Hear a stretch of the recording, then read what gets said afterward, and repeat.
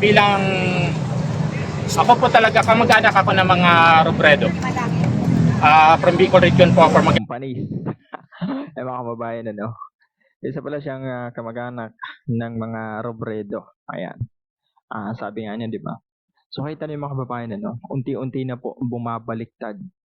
Kita niyo, alam naman natin kung gaano nagbangayan dati yung mga Robredo at itong administrasyon. Pero kita niyo naman, ngayon nasa rally na po itong kamag-anak ng Robredo. Panoorin natin. kailangan Sorsogon. Alam nyo naman po ang baluarte ng but during the Sa ating time, Pangulo. Maging peaceful tayo, maging positive tayo, number one. At saka yung suporta natin sa Pangulo, pag-continue lang natin. Kasi maganda naman yung hangarin ng Pangulo para sa atin. Wag lang po tayong bibitiw. Kung ano bang mga narinig natin, mga negatives, pag po natin yung pansinin. Katulad ng ginagawa ng ating Pangulo, yun po ang ating sulit. Wag po tayo padadala sa mga negative, mga fake news. Ano lang tayo, focus lang po tayo, tulad ng ating Pangulo.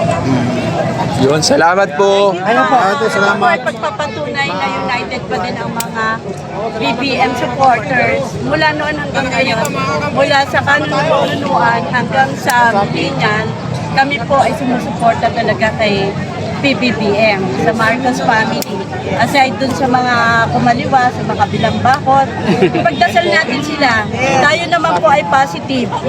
Basta maka-Diyos sa atin yan. Hindi kailanman pababayaan ng ating Pangulo. BBM lang po. Yun. Salamat po. Po sila mga kabayan. ang panawagan namin sa mga stabilizers, please itigil na lamang Nilabas ko lang mga kababayan itong video na to kasi hindi naman lahat ng kababayan natin ay napanood nila itong video na to, no? So ito, panoorin natin. Magsasalita na po yung kanina na sinabi ko sa inyo na siya ay kamag-anak ng mga Robredo.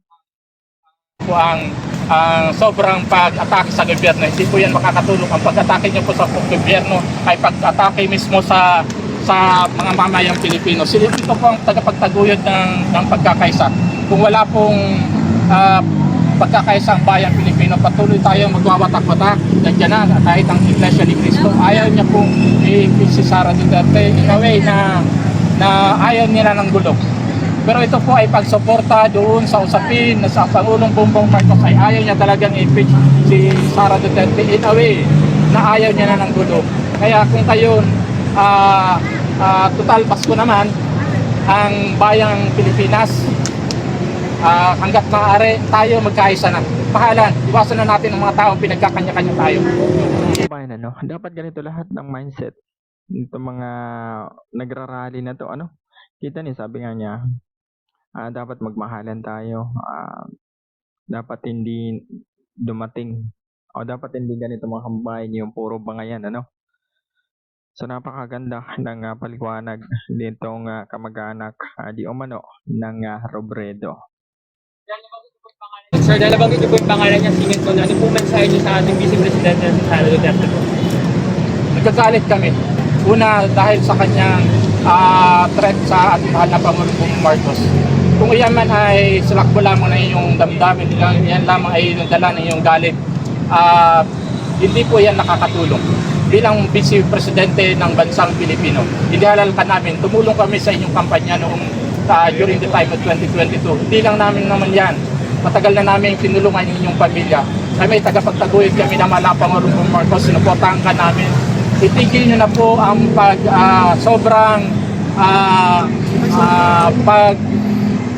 pagsawalang bahala ng kung ano talaga ang layunin. Dapat makinig tayo sa kung sino ang pinuno ng bayang Pilipinas. Kung ang pagkakataon ninyo, Ma'am Sara, kung kayo ay tatakbo bilang presidente, hindi po ito ang oras. Ang oras po natin ay para matupad ang bagong Pilipinas. Yun ang pangarap ng ating mahal na Pangulo. Maraming salamat po, sir. Salamat po. Sir, may tanong lang po ako. Kayo po yung presidente ng IBP, ano ho? Ilang taon ho kayo nung panahon ng 1986 People Power? Mga kababayan, kahit sinabi niya na galit siya kay BP Sara, pero hindi naman, kumbaga hindi siya yung galit na talagang nandun yung pagmumura. Hindi kasi katulad ng mga ibang supporter, ano, aminin man natin, pero totoo talaga mga kababayan, yung ibang mga supporter po ng nasa kabila pagkapagalit sila sa isang politiko is talagang tad ng mura. So, ayan. Siguro naman napapanood nyo yung mga ibang videos dito sa channel na to na talagang meron talagang pruweba na sa pagbungad pa lang is nandun na yung tinatawag na pagmumura sa isang politician. I was just 4 years old. 4 years old, okay. Pero, Marcos loyalist po kayo? Na sure, actually po ang kami bilang ako po talaga kamag-anak ako ng mga Robredo. From Bicol region po, from Magallanes, Sorsogon. Alam niyo naman po ang baluarte ng mga ano. But during the time of 2017, I organized this one to protect and stand with the truth hanggang sa dumating na sa punto na nailuklok nating amal na Pangulong Marcos. Ibig sabihin po, namulat kami na ang pagkakaisa po, ang panawagan ng pagdadamayan, ng pagtutulungan, ng tunay na paglasakit sa kapwa, hindi yung partisan tayo, hindi tayo bias. Kahit kami taga Bicol kami, mahal namin ang mga Ilocano. Ganun din ang mga Ilocano, mahal namin taga Bicol. So ibig sabihin, totoo kami nanindigan ngayon, totoo kaming humarap sa inyo. Totoo po ang panawagan ng isang bansa Pilipino. Mahalin po natin si Sir BBM, totoo po ang kanyang dalangin, totoo po ang kanyang mitiin, totoo po ang kanyang pangarap para sa ating pamayanan at sa bayang Pilipinas. Tanong ko lang ho, bilang supporter po ng ating Pangulo, ng pamilya nila, kayo rin ho, tinatanong ko rin ho kayo, naabutan nyo yung EDSA People Power 1. Ano ho ang naramdaman nyo? Nasaktan po ba kayo? Nung napaalis? Ano ho naging pakiramdam nyo tuwing makikita nyo itong People Power Monument? Ayun po, sir. Yung makikita nyo yung People Power Monument. Itong actually the People Power Movement symbolizes the unity of the power of the Filipino people. Ngayon, kung ito ang magiging daan, tumatayo kami ngayon. Hindi ito bilang ipabagsakin ng gobyerno, kundi tayo ang ating gobyerno. Tulungan natin. Yung mga kababayan nakakatandig balahibo. Ganito dapat yung mga mindset. Hindi katulad mga iba, talagang gusto talaga yung ibagsak ang gobyerno. Pero sila talagang solid na sumusuporta sa gobyerno. Kung ano man yung nakaupo na gobyerno talagang sinusuportahan. Hindi katulad sa iba, talagang kung ano-ano maririnig mo ganito, ibaba si ganito mga kababayan. Ano? So napakasolido nitong interview dito sa kamag-anak ni dating Vice President Leni Robredo. Okay, so ito, tanong ko naman po sa inyong lahat. Pumasok po ba sa hinagap ninyo? Have you ever imagine to be here, mga Marcos loyalists na nasaktan noong February 1986? Naisip niyo po ba na kayo ay aapak dito? Hindi.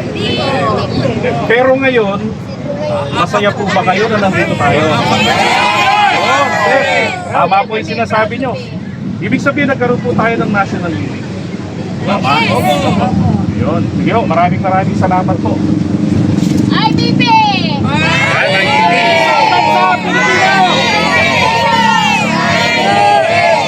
Peace rally po ang ginanap dito o prayer rally.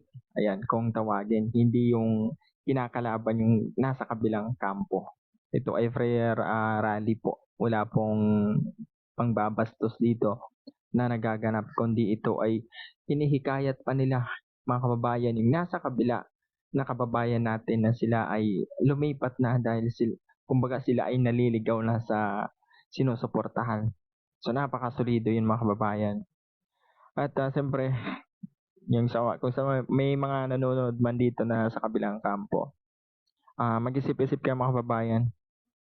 Pinaka the best talaga is suportahan natin yung gobyerno, hindi yung hinihila natin pababa ang gobyerno. Wala tayong mapapala doon mga kababayan eh. Sa totoo lang wala. Kung ano man yung administrasyon, doon tayo suportahan natin yun. Kasi sila yung, kumbaga, nanalo sila dahil sa taong bayan. Di ba? So, yun mga kababayan, suportahan natin ang administrasyon. Yun yung pinaka the best na gawin natin sa bansang Pilipinas at may tulong natin sa mga kapwa natin Pilipino mga kababayan. BBM! BBM! BBM! So, yun yung mga kabayan ha. Maraming salamat po sa inyong lahat. Sa mga hindi pa po nakapag-subscribe, huwag natin kalimutan mag-subscribe. ID na 28. OFW natin, mega love shoutout po sa inyong lahat. Mag-ingat kayong lahat mga kababayan. Muli, suportahan natin ang administrasyon.